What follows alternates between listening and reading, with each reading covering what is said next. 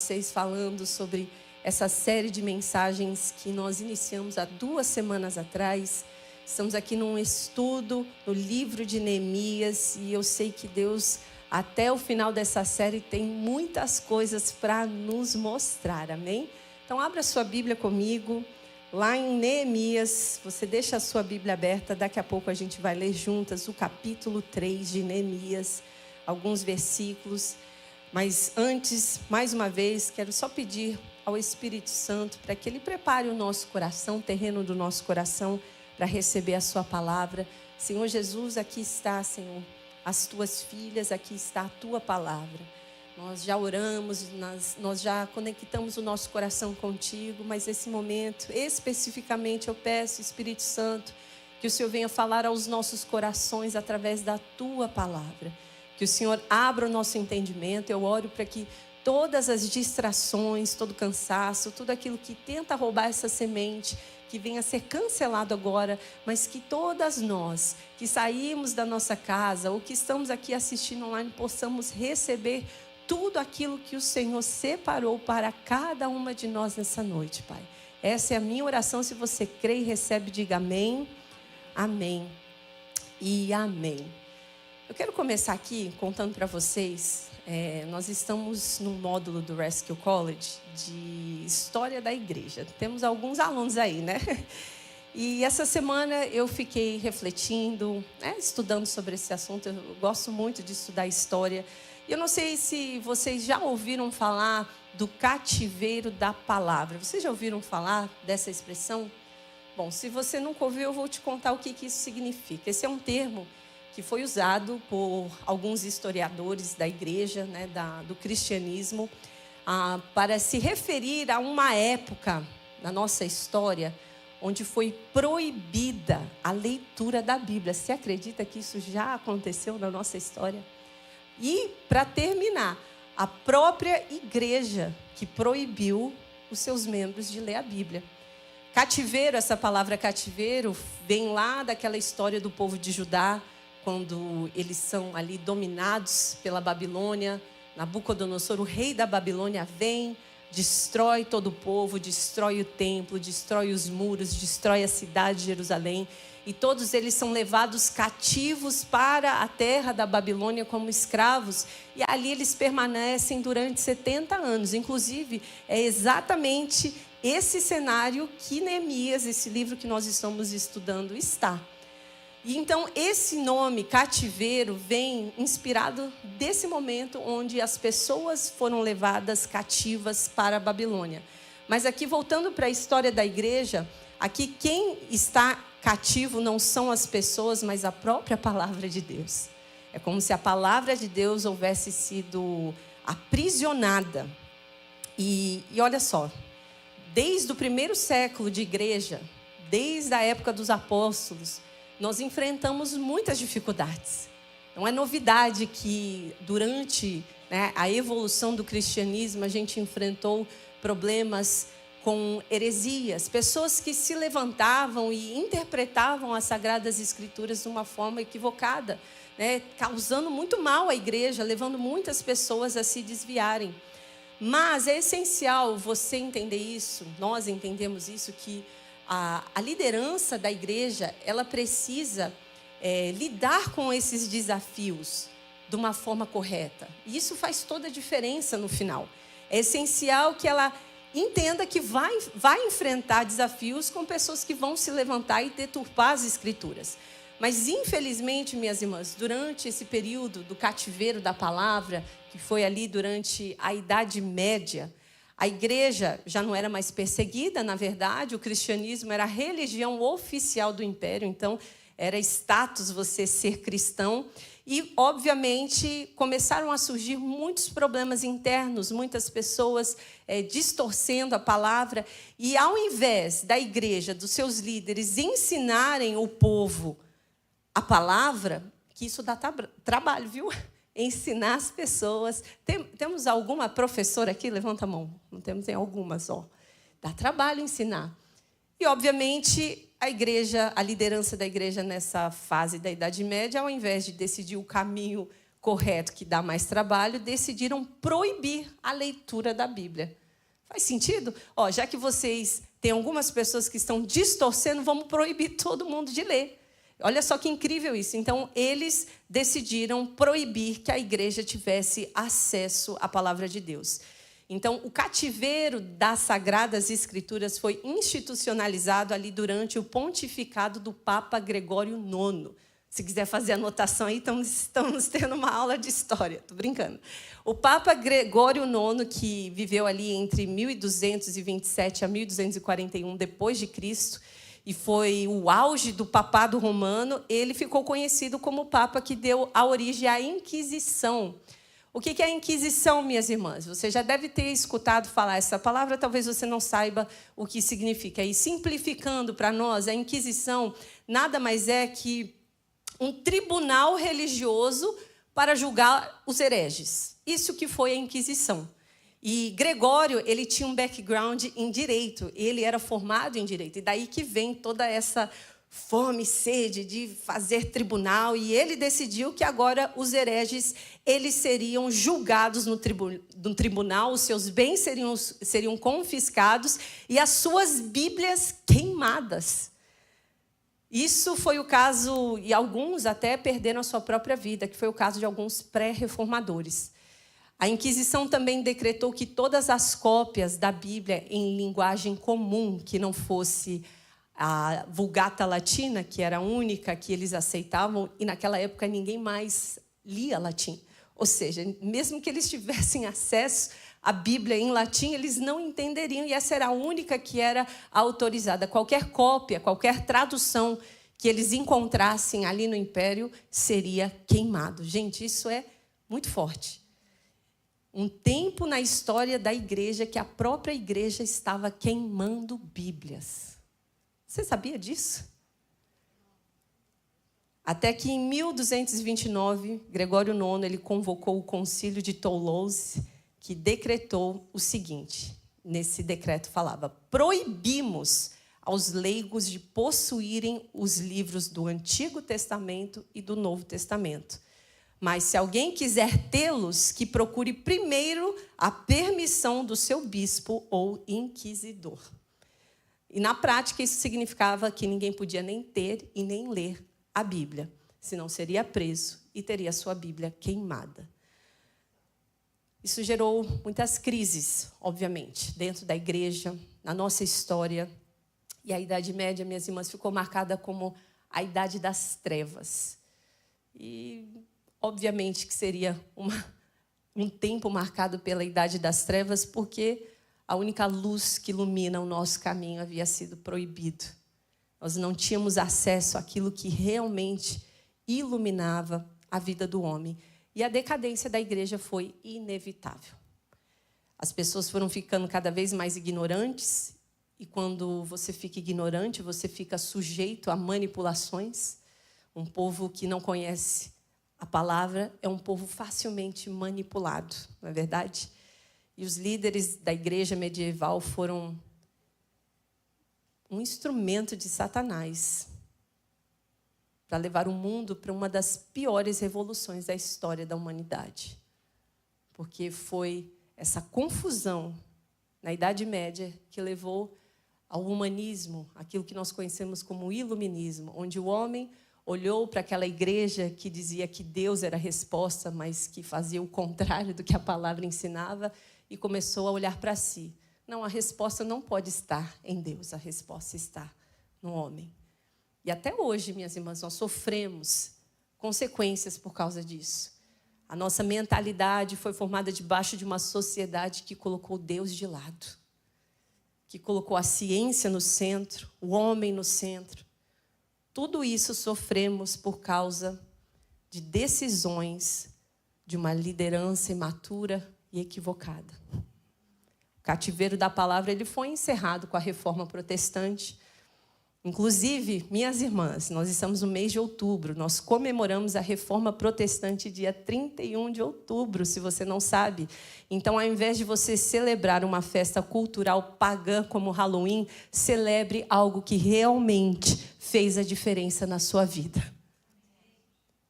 A reforma libertou as Sagradas Escrituras, mas custou muitas vidas. E nós ainda colhemos vestígios da ignorância dessa liderança corrompida. E você pode estar se perguntando, Carla, por que você está me contando tudo isso? O que isso tem a ver comigo? O que isso tem a ver com essa série de mensagens? E eu estou te falando isso para que você entenda a importância de termos líderes como Neemias. Enquanto eu estudava a história desse homem e juntamente refletia sobre aquilo que nós estávamos estudando ali sobre a história da igreja, eu comecei a conectar os pontos e entender a importância de nós nos levantarmos como uma igreja madura, como homens e mulheres, assim como Neemias foi levantado para aquele tempo. O título da minha mensagem hoje é: recomeçar é liderar com graça. Você, diante de qualquer recomeço na sua vida, você precisa liderar com graça. E nós aprendemos isso com esse homem chamado Neemias. No capítulo 1, há 2 semanas atrás, nós aprendemos que não podemos estacionar nas más notícias. Quando Neemias recebeu a notícia de que seu povo estava vivendo no meio de entulhos, ele se levantou, ele tomou uma atitude e ele fez algo. E aí nós vimos que a sua exposição diante de Deus gerou favor. Ele teve a bênção do seu chefe ali, do rei da Pérsia, e ele voltou para Jerusalém para cumprir a missão de reconstruir os muros da sua cidade. E aí no capítulo 2, semana passada, nós aprendemos que diante da missão de recomeçar algo importante, nós precisamos de estratégia. Não adianta a gente chegar afobada, começar a fazer sem pensar. Neemias, ele não chegou em Jerusalém falando pelos cotovelos, mas ele analisou o estrago. Ele ali no 3º dia foi na calada da noite observar o que precisava ser feito. E ali ele formulou uma estratégia, ele calculou o preço, ele montou um plano e ele executou. E durante essa execução, ele também nos ensinou a esperar por oposição, porque ali no meio dessa construção, inimigos se levantaram. E eu e você precisamos entender que todas as vezes que nós nos disponibilizamos para fazer algo relevante para a nossa vida e para essa vida, o inimigo vai se levantar para tentar nos parar, para tentar nos desanimar. E Neemias nos ensina a nos lembrarmos do porquê nós lutamos. E ele levanta o povo diante dos ataques do inimigo e diz para eles: lembrem-se do porquê que vocês estão aqui. Vocês estão lutando pelos seus filhos, pelas suas esposas, pela sua casa, pelo seu lar. E ali aquele povo se lembrou que existia um propósito acima da circunstância. E agora a gente vai descobrir o que ele vai nos ensinar no capítulo 3. Se só em 2 capítulos Neemias já nos encoraja de tantas maneiras, eu não quero nem imaginar o que nós podemos aprender até o fim desse livro. Então, acompanhe comigo no capítulo 3. Eu quero ler os primeiros versículos desse capítulo, versículo 1 e 2, que diz assim a palavra de Deus. Então, o sumo sacerdote Eliasibe e os outros sacerdotes começaram a reconstruir a porta das ovelhas. Eles a consagraram, colocaram as portas no lugar e reconstruíram o muro até a Torre do Sem, que também consagraram, e até a Torre de Hananel. Versículo 2. Os habitantes da cidade de Jericó trabalharam ao lado deles e mais adiante estava Zacur, filho de Enri. Até aí. Gente, presta atenção, isso é muito importante. Neemias estava coordenando uma missão de construir os muros em volta da cidade de Jerusalém. Amém? Até aí entendemos? E aí, depois dele ter avaliado todo o estrago em toda a região, ele decide orquestrar um plano. E dentro desse plano, qualquer plano que eu e você venhamos traçar na nossa vida, a gente precisa de 2 coisas. 2 coisas são necessárias. A primeira, por onde começar, não é verdade? Se a gente quer fazer algo, a gente precisa definir por onde nós vamos começar. E segundo, quem vai começar? E aqui, nesses 2 primeiros versículos, Neemias nos responde essas 2 perguntas. Por onde que eles começaram? Pelas portas. Pela porta das ovelhas. E quem foi que começou a reconstrução? O sumo sacerdote e os outros sacerdotes. Numa leitura superficial e rápida, você vai passar batido sobre essas informações, mas eu quero trazer aqui lições profundas para nós nesses versículos.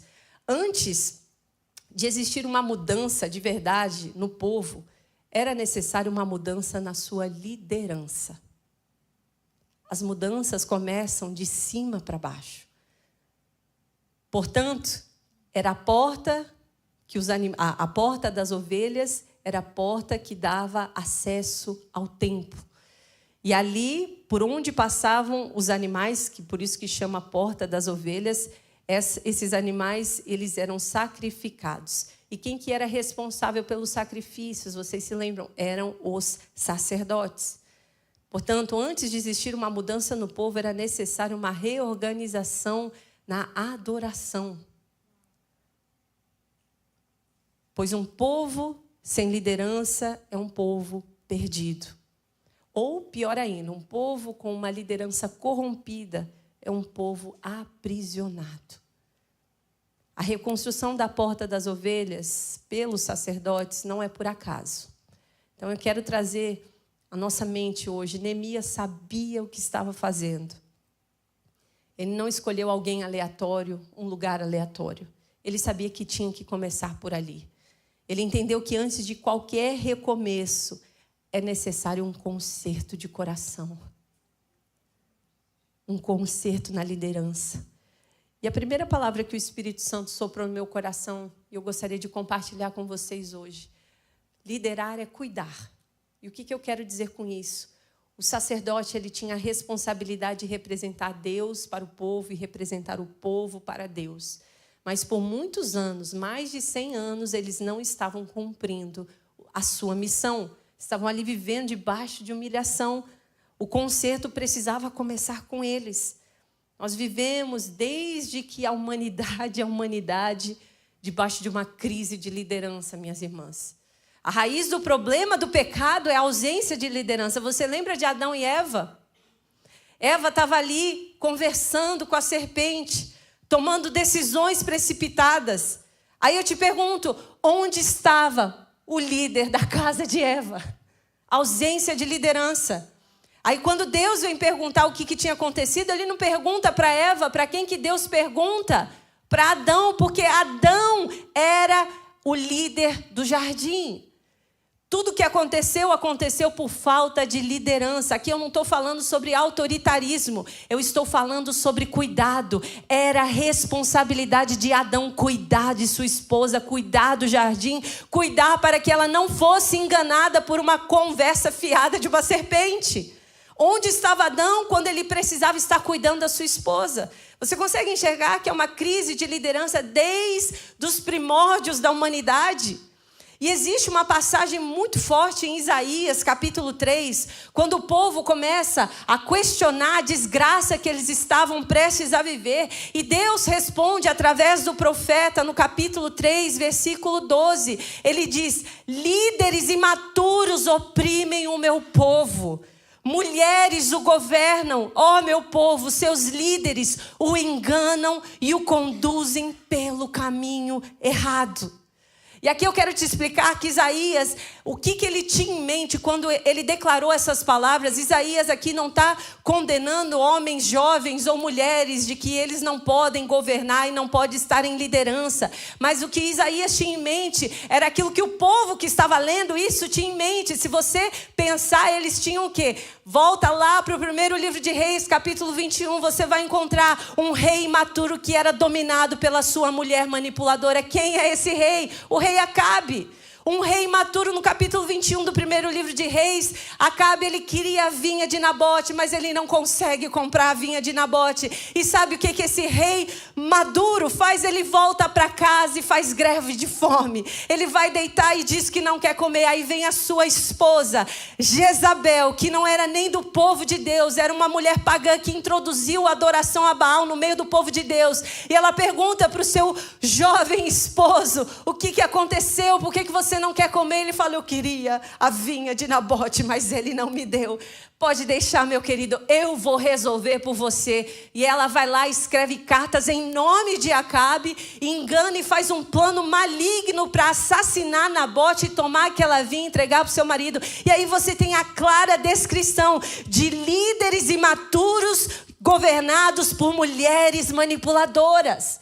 Era isso que Isaías estava querendo nos falar através disso. Um povo liderado por um rei mimado, que era manipulado por uma mulher terrível. Ou seja, líderes imaturos oprimem o povo por causa de mulheres diabólicas. Portanto, a questão aqui de Isaías é que a crise na liderança gera sofrimento. O povo estava vivendo o que estava vivendo porque tinham líderes corruptos. Então a questão é essa: os líderes não sabem cuidar do povo. E isso, segundo Isaías, era a própria forma de Deus de julgar os pecados daquele povo, permitindo-lhes líderes corruptos.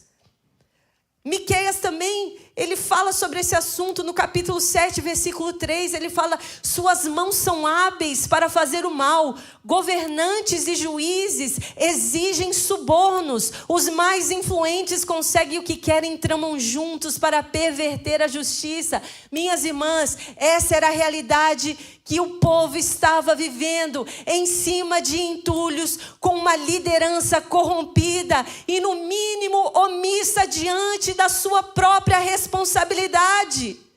Onde estavam os líderes daquele povo que permitiu com que eles estivessem vivendo no meio de entulhos por mais de 100 anos? Será que ninguém teve coragem de se levantar para fazer alguma coisa? Não estou falando de 5 anos, não estou falando de 10 anos, estou falando de mais de um século, vivendo debaixo de miséria, porque não teve um homem corajoso para se levantar, para liderar aquele povo em rumo a uma restauração. Mas o Senhor não se esqueceu do seu povo. O Senhor levantou um homem que morava a quilômetros de distância. Um homem que se importava, um homem que entendia o que era liderar. Um homem que sabia que liderar era cuidar. E olha só que coisa tão fantástica, que no meio dessa reconstrução, Neemias, ele achava que voltou para Jerusalém apenas para levantar um muro, mas Neemias havia voltado para levantar um povo que havia sido abandonado pelos seus líderes. E no meio da construção, ele começa a lidar com os problemas, e ele começa a ver que o problema ia muito mais a fundo do que a omissão da liderança. E no capítulo 5, se você virar algumas páginas aí na sua Bíblia, eu faço questão de ler com você, porque eu quero que você entenda aquilo que Neemias viu, a situação que o povo estava vivendo. O povo, então, no capítulo 5, começa a reclamar de fome. E aquilo impressiona Neemias. Como assim? Vocês estão com fome? Nós estamos aqui construindo, mas a nossa família não tem o que comer. Como assim vocês não têm o que comer? Olha só o que diz capítulo 5, a partir do versículo 1. E por esse tempo, alguns homens e suas esposas fizeram um grande protesto contra os seus irmãos judeus. Contra quem, minhas irmãs? Seus irmãos judeus. Aqui nós não estamos falando sobre os inimigos, não estamos falando sobre Sambalat e Tobias, estamos falando sobre os próprios irmãos do povo. Versículo 2. Alguns deles diziam, nossas famílias são grandes e precisamos de mais alimento para sobreviver. Outros diziam, hipotecamos os nossos campos, as nossas videiras, as nossas casas para conseguir comida durante esse período de escassez. E ainda outros diziam, tomamos dinheiro emprestado para pagar os impostos do rei sobre os nossos campos e vinhedos. Somos da mesma família que os ricos. Os nossos filhos são iguais aos filhos deles. Contudo, somos obrigados a vender os nossos filhos como escravos só para termos dinheiro suficiente para viver. Já vendemos algumas de nossas filhas e não há nada que possamos fazer, pois os nossos campos e vinhedos agora pertencem a outros. Versículo 6. Quando eu ouvi essas reclamações, fiquei muito indignado.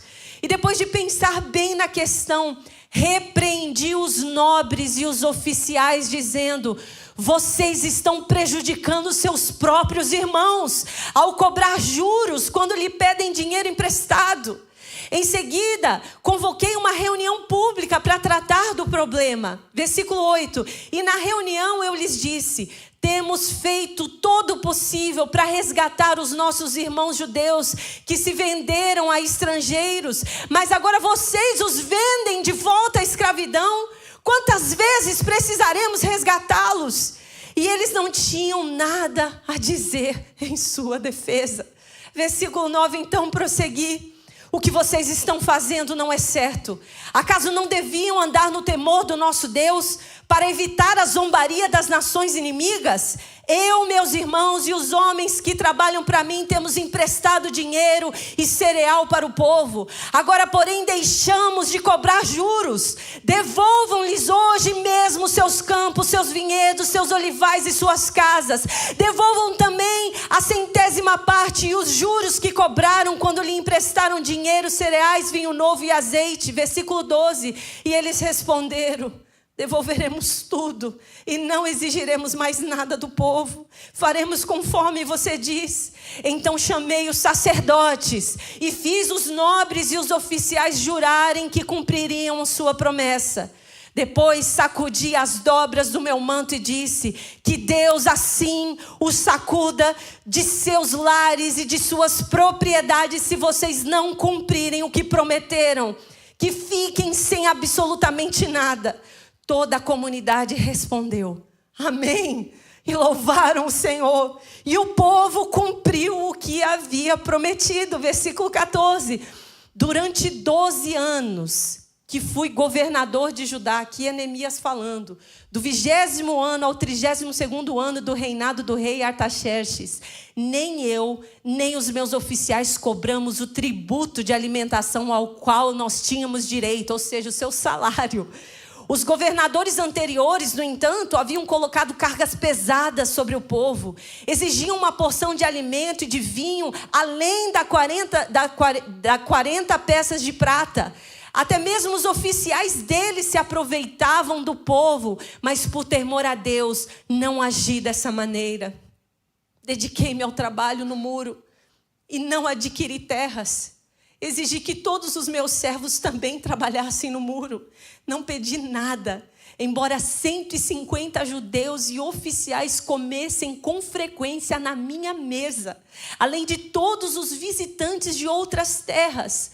Os suprimentos pelos quais eu pagava todos os dias eram boi, 6 das melhores ovelhas e muitas aves. Além disso, a cada 10 dias precisávamos de uma grande quantidade de vinhos de todo tipo. E, no entanto, não cobrei o tributo de alimentação a que o governador tinha direito, pois o trabalho que o povo realizava já representava uma carga pesada demais.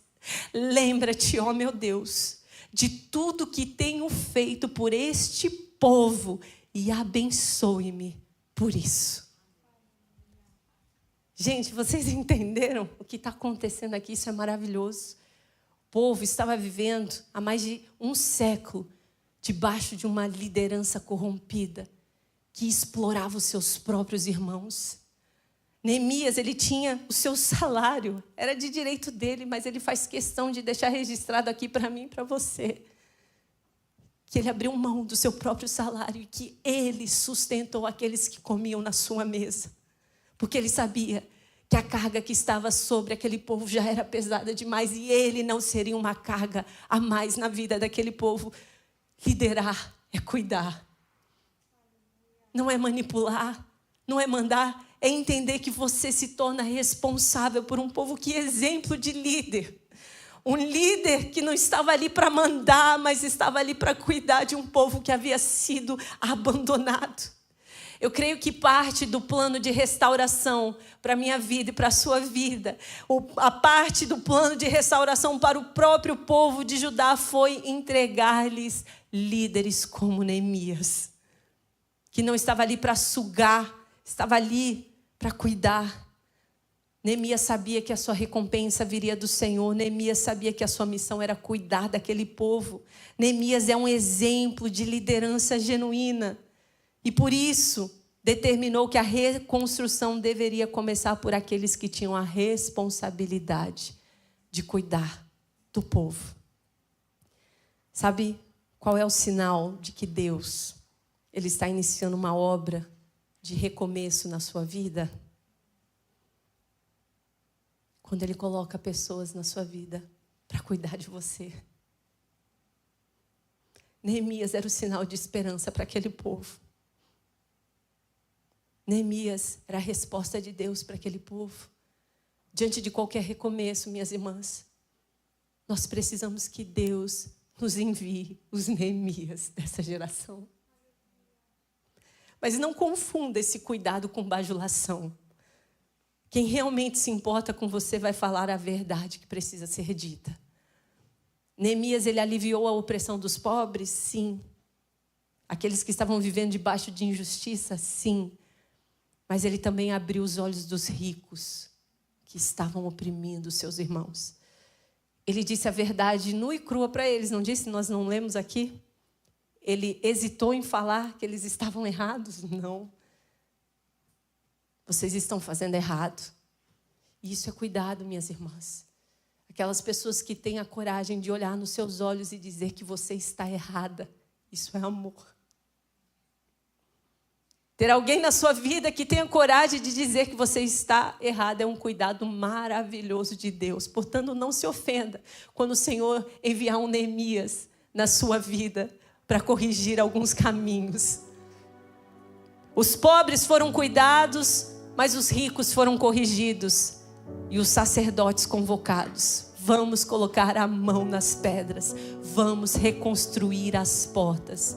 Liderar é cuidar, não é mandar. Você tem um rebanho dentro da sua casa, dentro da sua igreja, que você tem a responsabilidade de cuidar.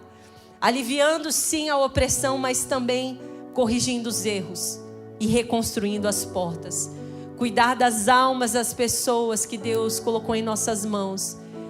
É parar de olhar para o nosso próprio umbigo e reconhecer o trabalho que precisa ser feito. Até quando aqueles sacerdotes iam ficar parados? A porta das ovelhas era o recomeço de uma comunhão verdadeira com Deus. E a segunda lição que eu quero partilhar com vocês: liderar é facilitar o acesso. O verdadeiro líder é aquele que constrói portas. Por que começar pelas portas, minhas irmãs? Porque muros sem portas é apenas um obstáculo. Neemias entendia que o povo não precisava apenas de um muro de proteção contra os inimigos, mas eles precisavam de acesso de volta ao Deus do coração deles. Não existe proteção sem acesso a Deus. Portas são acessos, e você foi chamada para construir portas e não paredes e não obstáculos. Liderar a sua casa, a sua família, a sua vida depois de uma avalanche de problema é aprender a construir, reconstruir portas. E eu quero te mostrar que muitas vezes o inimigo nos sabota exatamente nesse ponto, porque depois de viver uma grande decepção, a arma que o inimigo tem é a mágoa que cresce no nosso coração e nos faz construir o que, minhas irmãs? Muros e não portas. Mas a Bíblia nos ensina o contrário. Você não começa pelos muros, você começa pelas portas. Recomeçamos pelos muros e nos esquecemos das portas e nos ilhamos entre muros que supostamente nos protege, mas nos esquecemos que da mesma maneira que ninguém entra, a gente fica aprisionada pelos próprios muros que construímos. E não é essa a vontade de Deus para mim, para você, diante de qualquer recomeço. Você se tornou tão fechada que ninguém mais tem acesso a você. Você se tornou tão ilhada que nem mesmo Deus consegue mais alcançar o seu coração. Às vezes Ele está querendo enviar um Neemias para trazer alívio para você, mas você está ilhada nos muros que você reconstruiu.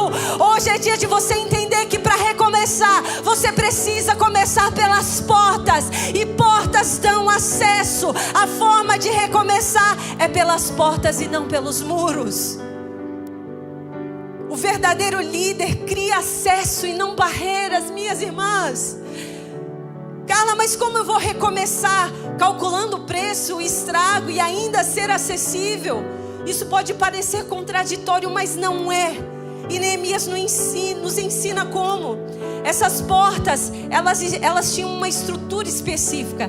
E não apenas uma passagem, mas pelo menos 5 vezes no capítulo 3, nós lemos a seguinte expressão: então eles colocaram as vigas, levantaram as portas, puseram os ferrolhos e as trancas.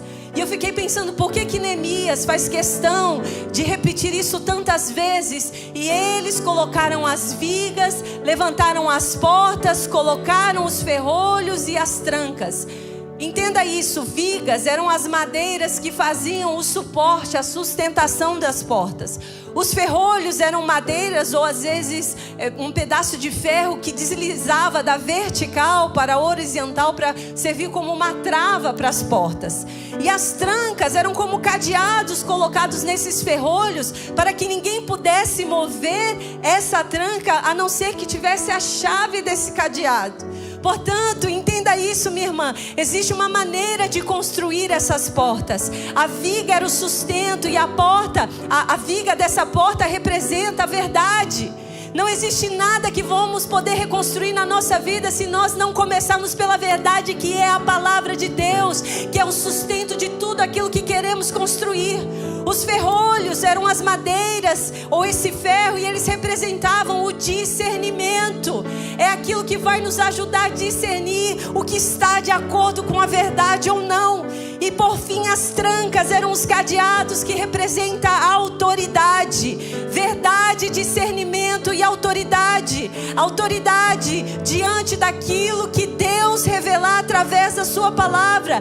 Diante de qualquer recomeço, preste atenção nisso, você precisa estar muito bem fundamentada nesses 3 pilares, para que você não seja uma cidade sem muros, completamente desprotegida, mas também que você não se torne uma ilha inacessível. A verdade da palavra de Deus, ela é a luz para o nosso caminho, ela é lâmpada para os nossos pés. O discernimento do Espírito Santo que nos ajuda a aplicar a palavra de Deus, a entender o momento de agir, de ficar quieta, de fazer, de não fazer. E as trancas, a autoridade para fechar as brechas contra o inimigo. Você só se protege através da verdade, não com muros e não com coisas que nós mesmas criamos. É somente através da verdade que nós temos autoridade realmente de nos proteger contra os ataques do inimigo. E aqui essas trancas, essa autoridade, ela representa a nossa devoção e a nossa dedicação a Deus. Sabe como você vai se proteger das ciladas de Satanás? Não é se isolando dentro do seu quarto, é obedecendo a palavra de Deus. É dessa forma que nós nos protegemos. É seguindo a verdade, que é a nossa sustentação, que é o nosso fundamento. Recomeçar é liderar. Liderar é cuidar. E cuidar é construir acesso e não obstáculo. E construir acesso significa que você vai precisar de ajuda. A terceira e última lição, eu quero terminar aqui. Liderar é estar em unidade. Neemias, desde o início, sabia que ele não poderia fazer tudo sozinho. E o capítulo 3 nos revela uma fantástica forma de liderança desse homem. Como que ele conseguiu unir tantas pessoas em um só propósito. Logo de início, nesse capítulo 3, eu vejo sacerdotes. Eu vejo pessoas de Jericó que nem ali moravam, mas que se uniram para essa reconstrução. Eu vejo homens de Tecoa, que também era um lugar distante, que eles não tinham nem o apoio dos seus próprios líderes. No versículo 5 do capítulo 3 fala que os seus líderes se recusaram a se submeter à liderança de Neemias, mas mesmo assim eles foram ajudar, e não ajudaram apenas uma vez, mas em 2 partes daquele muro. Eu vejo mulheres como as filhas de Salum se unindo para carregar pedra. Eu vejo governadores se unindo ao povo ali no meio de todo mundo carregando pedra. Eu vejo ourives, eu vejo vendedores de perfumes, eu vejo levitas. E isso me faz refletir, minhas irmãs, que diante de toda essa diversidade de pessoas ali trabalhando para essa reconstrução, o que me chama a atenção são os homens que construíam a parte do muro na frente da sua própria casa. No versículo 28, na parte B, não é o único lugar que fala isso, mas eu só quero citar esse. Diz que cada um consertou o trecho do muro em frente da sua própria casa. Eu acho admirável que algumas pessoas tenham se deslocado de longe para vir ajudar. Mas eu acho que isso é a exceção e não a regra. O que mantinha a unidade do povo nessa empreitada era o fato que eles estavam construindo o muro da sua própria casa. Isso faz toda a diferença. Lá em Êxodo 35, 21, 22 diz que Deus, Ele convocou todas as pessoas ali no deserto, quando eles estavam sendo liderados por Moisés para trazer ofertas para construir o tabernáculo. Vocês lembram disso? E ali diz que todos aqueles cujo coração foi movido, cujo espírito foi tocado, voltaram com ofertas para o Senhor, trouxeram materiais necessários para a construção. Eles trouxeram tudo que eles tinham. E esse texto, ele fala que eles estavam aonde? No meio do deserto. Portanto, as coisas que eles tinham para ofertar para a construção daquele tabernáculo eram as poucas coisas que eles trouxeram na viagem. E eu fico me perguntando por que Deus, Ele exigiu com que aquele povo que vivia em uma realidade de deserto desse o pouco que tem para construir o lugar da habitação de Deus, sendo que Deus não precisa dos nossos recursos para fazer nada. Não é isso que o salmista diz lá no Salmo 50? Eu não preciso, contudo, dos novilhos dos seus estábulos, nem dos bodes dos seus currais, pois meus são todos os animais dos bosques. Eu sou dono do gado das colinas. Eu conheço cada pássaro dos montes, e todos os animais do campo me pertencem. Se eu tivesse fome, eu não lhe diria, pois meu é o mundo inteiro e tudo que nele há. Se o mundo pertence a Deus, se todos os recursos estão nas mãos do Senhor, por que Ele exigiu do povo ali no meio do deserto contribuir para a construção da habitação de Deus? E aí fica a pergunta: por que Deus queria que o povo participasse mesmo nessa realidade? E a resposta está naquele pensamento: você dá valor àquilo que você investe. E pode ter surgido ali daquelas palavras de Jesus em Mateus 6:21, onde o seu tesouro estiver, ali estará o seu coração. Uau! Muitas vezes Deus nos faz lutar por aquilo que precisamos, para que a gente venha aprender o valor daquilo que Ele nos deu, para que o nosso coração de fato esteja naquilo que Ele nos deu. O lugar da habitação de Deus precisava ser um lugar onde o coração do povo estava. E literalmente o tesouro daquele povo estava no lugar da habitação de Deus, ali no deserto. Minhas irmãs, o que nos mantém unidas não são as nossas afinidades. Entenda isso. Unidade não tem a ver com afinidade. É por isso que dentro do contexto de igreja nós somos capazes de amar outras, mesmo acima das nossas diferenças e divergências. Pois nós entendemos que aquilo que estamos construindo é um muro coletivo, um muro que faz parte da nossa própria casa, onde está o nosso tesouro, está o nosso coração. Para que a minha casa esteja protegida, presta atenção nisso, eu preciso te ajudar a proteger a sua. Pois o mesmo muro que guarda os meus filhos é o muro que guarda os teus filhos. O mesmo muro que guarda o meu casamento é o muro que guarda o teu casamento. O mesmo muro que guarda as minhas emoções é o muro que guarda as tuas emoções. O mesmo muro que me sustenta é o muro que te sustenta. É por isso que eu luto com todas as minhas forças pela sua casa, porque quando eu luto pela sua casa, eu luto pela minha própria casa. Liderar é estar em unidade, é entender que existe um propósito mútuo, para a gente evitar caminhar pelos mesmos erros do passado e vivemos debaixo de opressão e manipulação de uma liderança corrupta. Precisamos aprender a ser diferente. A cura na nossa liderança começa com a cura dentro da nossa casa. Quando uma mulher se cura, uma família se transforma. E quando uma família se transforma, uma sociedade inteira será impactada. Fique de pé nesse momento. Uma liderança forte é uma liderança que cuida, que é acessível e que vive em unidade. Você foi chamada para recomeçar algo que talvez não seja fácil, mas comece por isso, cuidando, construindo portas e se unindo àquelas que estão nessa jornada com você. Feche seus olhos nesse momento, Senhor